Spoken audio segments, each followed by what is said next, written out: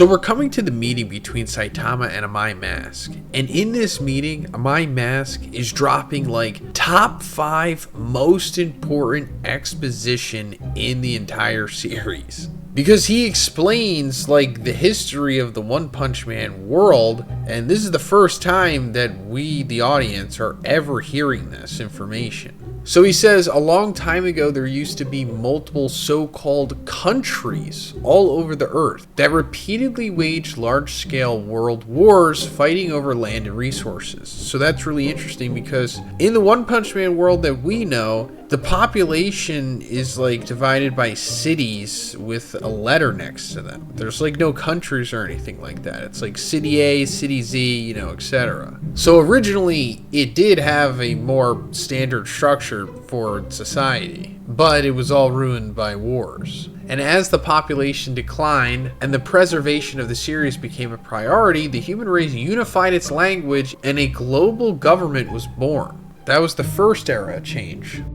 So right now in the One Punch Man world, everyone speaks the same language essentially, which I don't think we knew that before. As well as them having like a global government, which I guess makes sense if they're all, you know, together at this point, which we're going to get into because the effects of the World War continued to erode the planet and the environment turned toxic, climate change accelerated, sea levels rose, and harmful organisms proliferated. So that kind of sounds like it's implying that it was the world wars that gave birth to monsters. Interesting. And in response, humanity abandoned other territories and focused all of its efforts on the supercontinent and carried out a mass migration. So yeah, the population of the One Punch Man world, or at least most of it, if not all of it, or like 99% of it, is comprised on a supercontinent.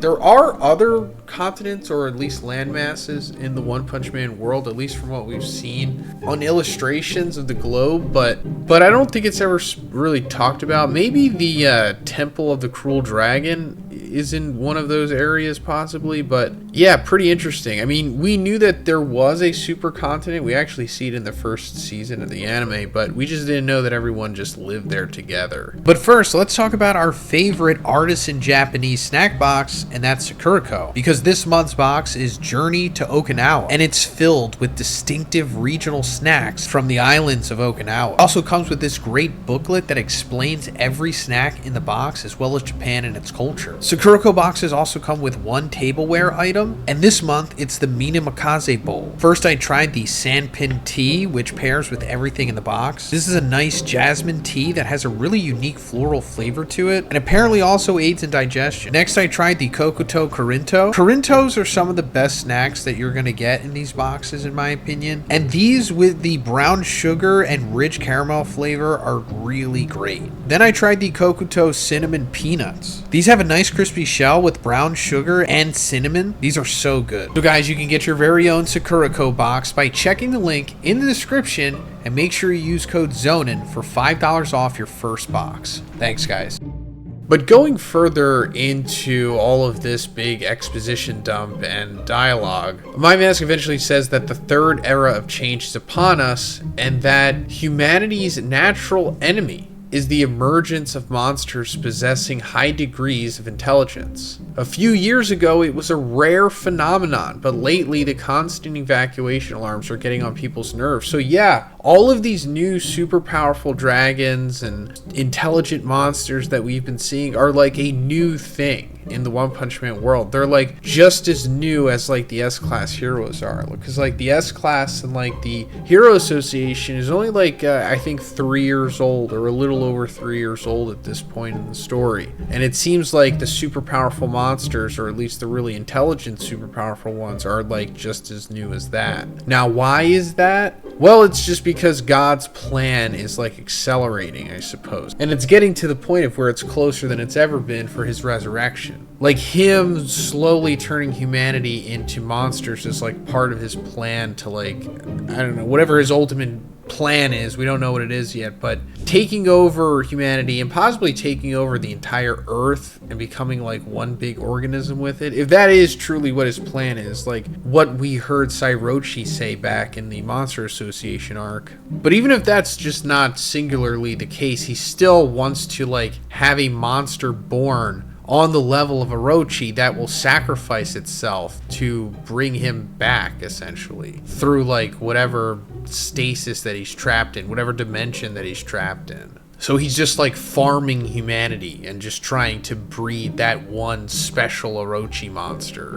But there's more to it than that. But anyway, going further, My Mask says that what's worse is most monsters originated among us. And that is, you know, really fascinating, because it seems like most monsters are coming from humans. I mean, yeah, there are monsters that are just born monsters for sure, or even sometimes I guess animals becoming monsters. I think that's a thing, or just animal monsters. But humans becoming monsters is like the predominant like origin here. And I made a few videos as to what I think is the reasoning for this, because it's, at least in my opinion, being implied in this chapter that monsters weren't always like a thing. It's not just like a natural part of this world's humanity. It like just started happening one day. And I think it starts with God and his plans and what he's been doing whenever he made contact with the world, I guess, or at least had enough contact with it. And I guess it ultimately boils down to like the water and the food of this world are like tainted by whatever God has done to it, and it like makes people susceptible to becoming monsters. Again, I made a whole video talking in depth about why this makes sense. I'll link it at the end of this video if I remember. But anyway, My Mask says that the remedy for all of this is to bring about like this big ultimate superhero, essentially like a big mascot like Superman, but you know, he has like sponsors on him, essentially. That's like what a My Mask wanted himself to be.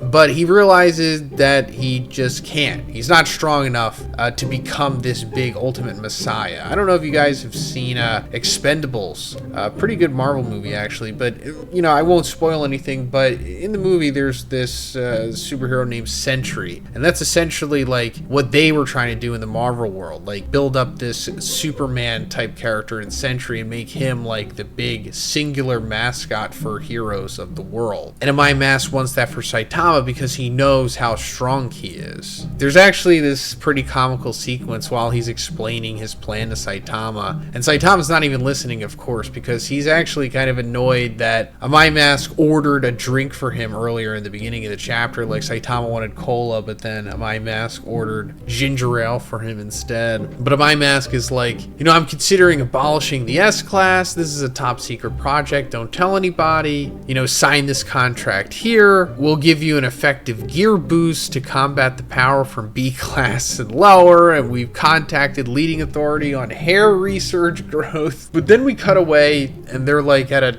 different place, like having sushi, I guess. And My Mask is talking about this training camp that he's going to put Saitama through, and Saitama's like, you want to train with me? And My Mask's like, no, I'm well aware of your power, because, you know, like I was saying, like, he knows how strong Saitama is. That's what made him gravitate towards him, making you know, My Mask one of the very few characters that knows how powerful Saitama is and actually is just like totally at peace with it and knows that he is stronger than him. But he goes on this dry erase board and he starts going over what he believes like everything a hero should be and what Saitama should do to achieve this big grand image that he has for him. And Saitama, of course, just falls asleep, not really paying attention. And My Mask's like, you know, wake up. It's only been, you know, 20 minutes. This is my ideal vision of a hero. And Saitama's like, you know, you haven't even started talking about heroes.